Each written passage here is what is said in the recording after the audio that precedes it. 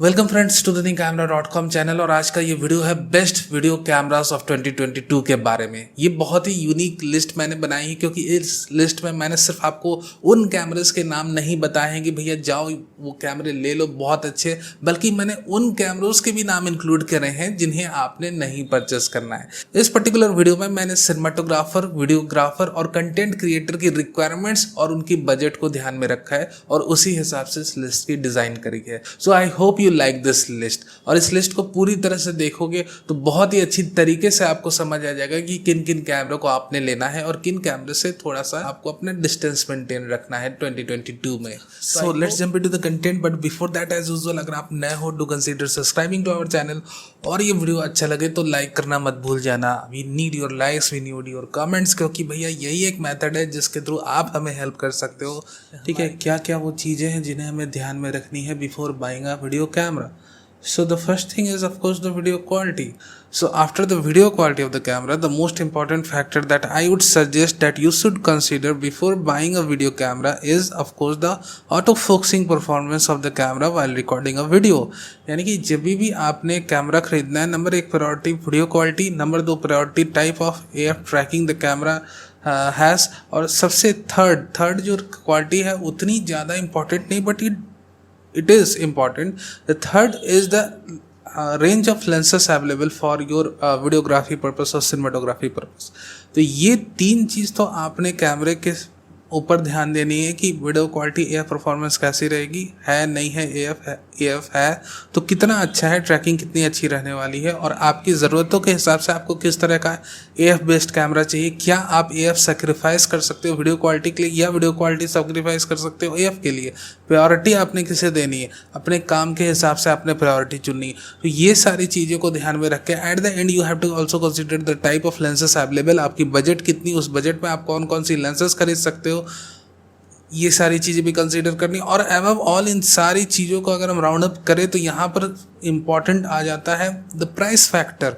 मेरा बजट कितना है, और यानी कि ऐसा नहीं हो कि बजट आपकी क्रिएटिविटी के आड़े आ जाए। आपने अपने पसंद का तो एक कैमरा ज़रूर खरीद लिया बट उसकी लेंसेस इतनी कॉस्टली या अवेलेबल नहीं या कोई अलग रीज़न है, but your budget is limiting you. और यहाँ पर अगर आपकी बजट आपकी क्रिएटिविटी के आड़े आ जाता है या आपकी जो ज़रूरत की चीज़ थी वो आप प्रॉपर नहीं खरीद पाते हो, एक गलत इन्वेस्टमेंट हो जाती है, then everything is just finished after that.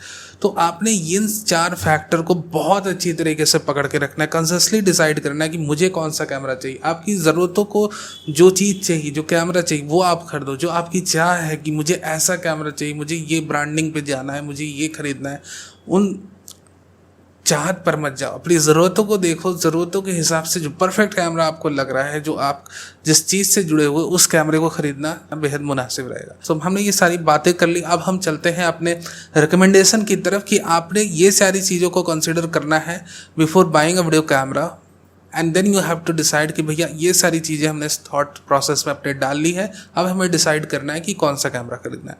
तो चलो सबसे पहले हम शुरुआत करते हैं अपने रिकमेंडेशन की तरफ। बजट वाइज रिकमेंडेशन में जाएंगे, हर एक कैटेगरी को कहीं ना कहीं छूने की कोशिश करेंगे और बातचीत चलेगी अपनी। चलो सबसे पहले शुरुआत करते हैं नंबर एक कैमरे से। सो अगर कहीं ना कहीं आपका 40,000 का बजट है, ठीक है, और अगर आप कंटेंट क्रिएशन को बिलोंग करते हो, you create content with your cameras, then of course we have the hero 8।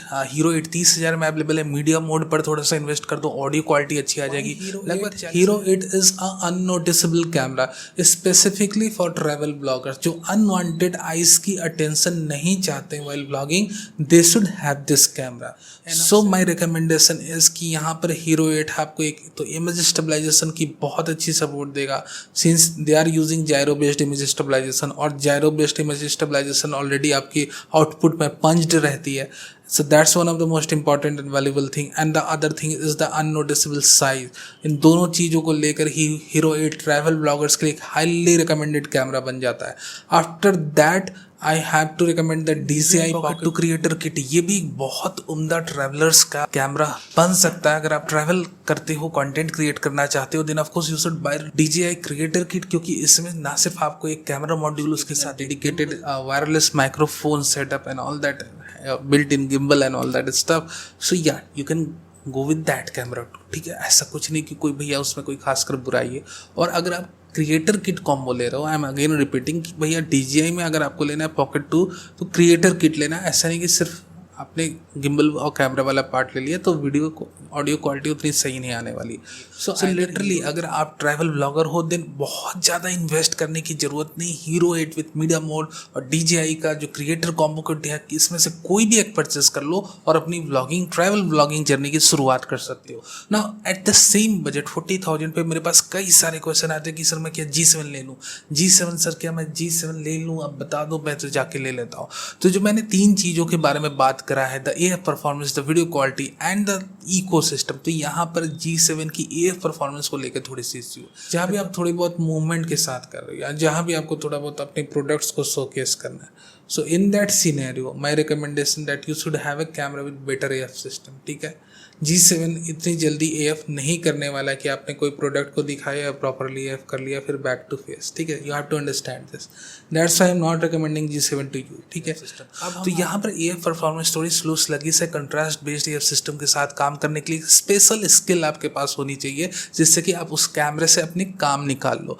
या of course if you have a higher budget then I do have some good recommendation for you. So अगर आपको 4K चाहिए, ठीक है, बहुत fast AF नहीं चाहिए, then you should go buy the XT200 camera, क्योंकि ये ऑफ कोर्स आपकी 4K की डिमांड को तो सेटिस्फाई कर ही देगा। देन ऑफ कोर्स या you should go and by that. ऐसा नहीं कि बहुत ज़्यादा इसकी लैगी AF, ऐसा कुछ भी नहीं, बहुत फास्ट दमदार AF नहीं है या बट इट इज़ यूजेबल ना। अगेन फास्ट AF चाहिए, दमदार AF चाहिए और फुल HD से भी काम चल जाएगा। Then we have the M52 and the 200D Mark II। इन दोनों में से कोई भी कैमरा ले लो depending upon the type of usage you have. For example जिस तरह से मैं भी वीडियो बना रहा हूँ, कैमरे मेरे से 7 से 8 फुट दूर है, तो एक 200D Mark II कैमरा और दुनिया की सबसे सस्ती 50mm की f1.8 कैनन की निफ्टी 50 ले लो, 7 से 8 हज़ार में आपको मिल जाएगी। तो एक बहुत ही उम्दा व्लॉगिंग सेटअप आपका बन जाएगा। अदर देन दैट अगर हैंडहेल्ड व्लॉग्स बनाने हैं तो M50 Mark II camera with sigma 16mm की लेंस ले सकते हो।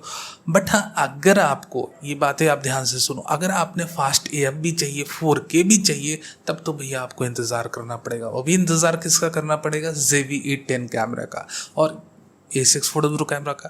क्योंकि ये ऑफकोर्स अगर आप अपने करंट सेटअप से पिछले 1 साल से वीडियो बना रहे हो तो भैया 6 से 7 महीने और बना लो, वेटिंग कर लो। अगर फास्ट AF भी चाहिए, 4K भी चाहिए, then you should wait, you have no other option.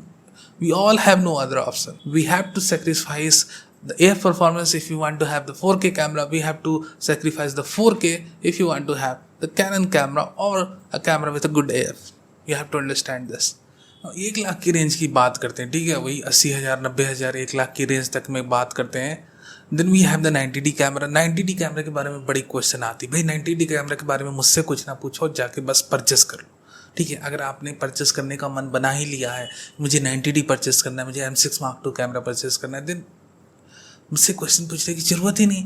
But अगर आप पूछ रहे हो कि 90D कैसा कैमरा है स्पेसिफिकली वीडियो के लिए, तो मैं आपको बता ही देता हूँ।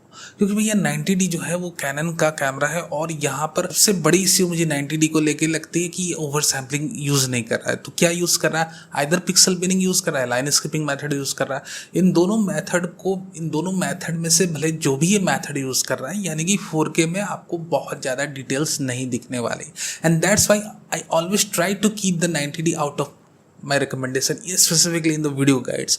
बट हाँ, इससे भी अच्छी आउटपुट निकाली जा सकती। कैसे? अगर आप एक अच्छी लाइट की सेटअप यूज़ करो, ठीक है, dedicated like I am using right now, and of course if you have better lenses like the 50mm f1.8 prime like I am using right now, तब पॉसिबिलिटी कि इससे अच्छी आउटपुट निकल जाएगी। बट हाँ, within 90D you have to be very careful, क्योंकि ये of course pixel binning, line skipping methods use कर रहा है। You have to put a bit extra effort in getting a higher quality lens and setting up a good lighting environment. ठीक है, ये बातें आपने समझनी with M6 II and 90D camera. ठीक है, अब हम बात करते हैं बाकी ऑप्शंस जो Z50 बहुत उम्दा कैमरा, ओवर सैम्पलिंग कर रहा है, लो लाइट सेंसर है, काफ़ी अच्छी लो लाइट वीडियोस क्रिएट करता है। लॉक प्रोफाइल्स अवेलेबल नहीं, of course the log profiles available with the Sonys जो कि खुद अवेलेबल नहीं।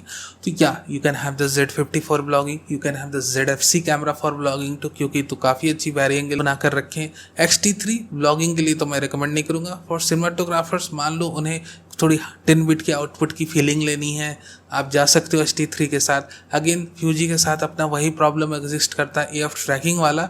तो AF ट्रैकिंग की प्रॉब्लम को कब तक आपको कंसीडर करना है जब तक कि आपकी इन्वायरमेंट आपकी कंट्रोल में, आपका कास्ट आपका कंट्रोल में, यानी कि जब आप अपने कास्ट के साथ शूट कर रहे हो, आपकी लाइट आपके कंट्रोल में, आप उन्हें डायरेक्ट कर सकते हो कि भाई अभी नहीं, बस 1 मिनट रुक जा, हाँ फोकस आ गया, आप शुरू कर। So this is the thing कि अगर आपका कास्ट इन्वायरमेंट कंट्रोल में, you can work with the Fuji cameras, क्योंकि of course the tracking is not so fast.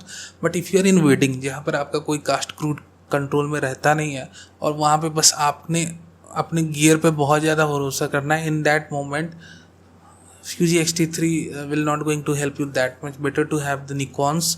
Even Nikon की थोड़ी सी बेटर ट्रैकिंग है Z50 ZFC की, और अगर कैनन्स में चल के तो भैया तो सोचना ही नहीं, तो उनकी ट्रैकिंग ज़बरदस्त है। सोनी अवेलेबल जैसे ही हो जाए वो ले लो, इस हिसाब से आपने काम करना है। फॉर सिनेमाटोग्राफर्स, जैसे मैंने कहा कि अगर आपका कास्ट कंट्रोल में है, यू कैन गाइड देम कि भैया या we can start right now, everything is fit and fine, everything is in focus, then you can have the X-T3 camera. It's also good. You can have the Axis 10 camera. It's amazing.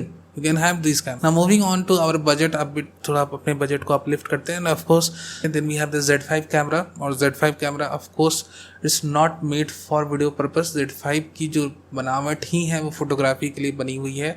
And again in video 4K में आपको 1.7x का crop face करना होगा. And that's not recommended. इन 2022 आप ऐसा camera मत लो जिसको लेकर आपने फंस जाना है. And then we also have questions like the Blackmagic pocket 4K cinema camera. एंड कई लोग कहेंगे सर आप Blackmagic pocket cinema camera का नाम नहीं ले रहे हो. There are lot of YouTubers out there, ठीक है, जो खुद तो कैनन के कुछ एक ऐसे DPF सेंसर वाले कैमरे यूज़ कर रहे हैं, सोनी के हाइब्रिड AF सेंसर वाले कैमरे यूज़ करके वीडियो बना रहे हैं, और वो आपको हमेशा रिकमेंड करेंगे भैया जाओ, अगर आप नए हो आप Blackmagic pocket cinema camera ले लो, क्या कर रहे हो, जाके ले लो. So it's a humble request to all the YouTubers out there कि जब भी आप ब्लैक मैजिक जैसे कैमरे के बारे में बात करो, you should put your camera in manual focus mode, ठीक है. उसके बाद आप अपनी वीडियोस को बनाओ, उसके बाद आप अपनी रिकमेंडेशंस की शुरुआत करो, then it's good, क्योंकि उस वक्त आप फ्रीज हो जाओगे. You can not move from this to that अगर आप फास्ट अपर्चर बेस्ड प्राइम्स को यूज़ कर रहे हो. सो यू नो कि Blackmagic pocket cinema cameras full manual कैमरे हैं, ठीक है. Before buying these types of camera at least आप जाके थोड़ी सी ट्रेनिंग लो, थोड़ी सी सीखो that how to operate the professional cinema cameras, then you should buy these cameras. पहली बार में जस्ट जंप करके black magic pocket cinema 4K कैमरे या 6K कैमरे पे इन्वेस्ट नहीं कर देना. आई hope you understand my point. Formula for having the Blackmagic pocket cinema cameras either 4K और 6K, it's TTDL. T means time, T means again the team you have, you should at least have a team. Then the dedication, आपको एक passion, काफ़ी ज़्यादा passion सिनेमाटो, of course I know you will have. And then love, और वो love ऐसा वैसा नहीं होना चाहिए, अनकंडीशनल लव होना चाहिए आपको, जैसे एक माँ बेटे के बीच में होता है. Then you should have the love towards your camera, unconditional love. ऐसा नहीं कि भैया at a point of a time you will feel कि भाई I need to upgrade to something automatic, fully automatic thing, ठीक है. I hope you understand my point. So you need to have unconditional love towards your camera. You should have a team. You should have proper time to invest, and of course dedication. Then you should have fully manual professional cinema cameras can work with it. Now moving on to our next line of cameras. अब देखो हम budget को थोड़ा up scale कर रहे हैं, ठीक है. और ये जो बजट है कहीं ना कहीं 1,50,000 या 2 लाख के अंदर के जितने कैमरे हैं उनको अपने अंदर समेटेगा, ठीक है. तो चलो अब बातें करते हैं कि भैया 1,50,000 की रेंज में, 2 लाख के अंदर में लगभग हम बात करें कि कौन कौन से बेस्ट वीडियोग्राफिक कैमरे हैं. चलो शुरू करते हैं. Now we have the Z6 camera. अब Z6 की जो वर्जन 3.0 निकॉन ने रिलीज़ करी है, इससे लिटरली लगता है कि Z6 Mark III कैमरा है. स्पेसिफिकली ट्रैकिंग परफॉर्मेंस को हर अपडेट के साथ ये आप स्केल कर रहे हैं. पता नहीं इतनी ज़्यादा फ्री अपडेट्स क्यों दे रहे हैं. इस लेवल का कैमरा इन्होंने बना दिया है कि जिस समय Z6 Mark II आया था अपनी AF ट्रैकिंग परफॉर्मेंस को लेके, अब अपनी 3.0 फर्मवेयर के साथ एक नेक्स्ट लेवल पे पहुंच चुका है. Literally we should call it the Z6 Mark III camera. और अंडर 2 लाख रेंज में अगर आपने एक परफेक्ट कैमरा लेना है जिससे आप फोटोग्राफी भी कर सको, 10 बिट की रिकॉर्डिंग भी कर सको, वीडियोस की 4K up to 60p with crop भी रिकॉर्ड कर सकते हो, बट विद 24 and 30p में कोई भी क्रॉपिंग आपको नहीं मिलेगी. The best camera under 2 lakh is of course the Nikon Z6 Mark II camera. और कहीं ना कहीं आपको 10 बिट से उतनी मतलब नहीं है, but you need a certain kind of lens freedom कि भैया लेंस की मुझे बहुत ज़्यादा रेंज चाहिए। आई am not into that Nikon stuff कि मुझे निकॉन के कैमरे लेने नहीं लेने, मुझसे उतना मैटर नहीं है। Then of course you should buy the Sony A7C camera. A7C कैमरे के साथ आपको लेंस की बहुत ही गजब की फ्रीडम मिलती है। यहाँ पर इतनी ज़्यादा थर्ड पार्टी की लेंस की सपोर्ट अवेलेबल है कि आप चाहे जो लेंस ले सकते हो। हर एक बजट में हर एक योनर की प्राइम जूम लेंसेज बड़ी पड़ी हैं। So under 2 lakh range one of the most capable camera with its ecosystem और AF परफॉर्मेंस। और कहीं ना कहीं AF परफॉर्मेंस और इकोसिस्टम इतनी ज़्यादा ज़बरदस्त है A7C की, डिस्पाइट ऑफ बीइंग अ 8-बिट camera. I even like this camera और मैं कईयों को रिकमेंड करता हूँ कि भैया A7C ही ले लो, बहुत बहुत उम्दा camera. So of course after the Z6 Mark II camera we have the next best camera is of course the A7C camera. ना अगर 2 लाख के ऊपर का बजट है और कहीं ना कहीं Z6 Mark II भी नहीं खरीदना है, A7C पर भी मन नहीं लगता है, you are a Canon user और आपने R6 पर नज़र गड़ाई हुई है, तो भैया आप R6 ले सकते हो विद द firmware 1.3.1। ठीक है, R6 में ऑफकोर्स जब अनाउंसमेंट के समय हीटिंग इश्यूज थी, जस्ट लाइक द A74 में जिस तरह से अभी थोड़ी बहुत हीटिंग इश्यूज की शिकायत हमें मिल रही है, उसी तर्ज पर R6 के बारे में भी बातें चल रही थी। बट कैनन ने अपने firmware अपडेट्स के साथ इसे बहुत हद तक फिक्स करा है। ठीक है, सो अब उतना वनरेबल ये कैमरा हीटिंग इश्यू को लेकर रहा नहीं। So yeah if you are interested in having a R6 camera और 2 लाख के ऊपर का बजट है, आप ले सकते हो। बट हाँ, A74 इस वक्त मैं नहीं रिकमेंड करूँगा आपको, वेट करो एक प्रॉपर फर्मवेयर अपडेट आ जाए जो इसको कैपेबल बना दे कि इंडियन कंडीशन में जहाँ पर हॉट एंड ह्यूमिड या समर के जैसे अभी सीजन चल रहा है जिस वक्त मैं वीडियो बना रहा हूँ, उस वक्त इस कैमरे को आप बेझिझक होकर यूज़ कर पाओ। जहाँ आपका बजट 3 लाख या 4 लाख के आसपास जा रहा है, उससे ऊपर भी निकल सकते हो। Then of course the A7S3 is one of the best camera those who are into cinematography, those who are into videography or even for professional vlogging और content creation। A7S3 आंख बंद करके ले सकते हो, खोलने की भी जरूरत नहीं, इतना अच्छा कैमरा है। आफ्टर दैट अगर आप थोड़ा सा और बढ़ सकते हो, अपनी खर्चे को और बढ़ा सकते हो, बजट इश्यू कोई नहीं, then we also have the Canon R5C। R5C लेने से एक बहुत बड़ा एडवांटेज आपको मिलेगा, the camera is capable to record 8K videos और कोई भी ओवर हीटिंग नहीं होती है, क्योंकि ऑफकोर्स वी ऑल नो कि R5 में कुछ एक ऐसी इश्यूज आई थी जिसके चलते R5C उन्होंने लॉन्च करा। So if you are into professional cinematography and if you want to have a higher resolution camera other than 4K, R5C is the best camera for you।